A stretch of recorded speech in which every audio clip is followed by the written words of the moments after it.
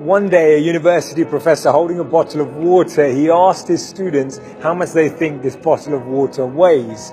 500 grams, shouted one student. Another from the back shouted 600 grams. The professor looked at them and said, actually, until we weigh the bottle, we wouldn't know. And then he said, imagine I hold this bottle for a few minutes. What do you think will happen? One of the students shouted, nothing. He said, what if I hold it for a bit longer? Let's say I hold this bottle for, let's say, a few hours. And they said, well, your arm would start to hurt. And he said, what if I held this bottle for 24 hours? And one of the students said, your arm would practically be paralyzed or in extreme pain. The professor then said, notice that the weight of the bottle didn't change during that time at all. The only thing that changed was how long you were holding it.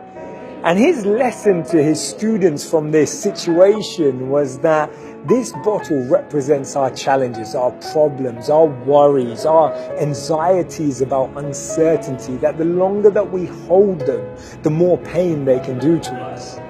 One of the most moving and powerful quotes I've ever heard is from Nelson Mandela, where he said that when I was walking out the door toward the gate that would lead to my freedom, I knew that if I didn't leave behind my bitterness and hatred, I'd still be in prison.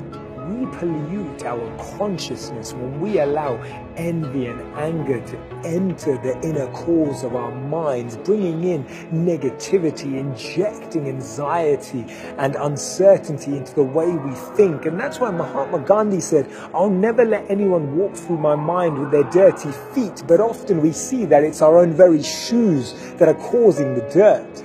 Forgiveness and letting go and the ability to rise above the challenges that have been caused by others in our life is such an important ability, because we need to learn to accept apologies that we never received. I believe that you can't fix yourself by breaking someone else. It's like what Buddha said, resentment is like drinking poison and expecting the other person to die. When we recognize that actually by holding any negative feelings towards another individual simply only harms the way we think, that's when we'll truly be able to forgive, move on and let go, and realize that that internal healing is what lets us take care of the external circumstances. And this is not easy at all, because we've all been caused pain, sometimes to extreme lengths. Sometimes our hearts have been broken. Sometimes our trust has been misused. Sometimes we've been exploited. Sometimes our loyalty has been tested. And that's why forgiveness doesn't excuse the behavior, but it prevents the behavior from negatively affecting us. And our ego wants us to put others in their place, but we should try to put ourselves in their place.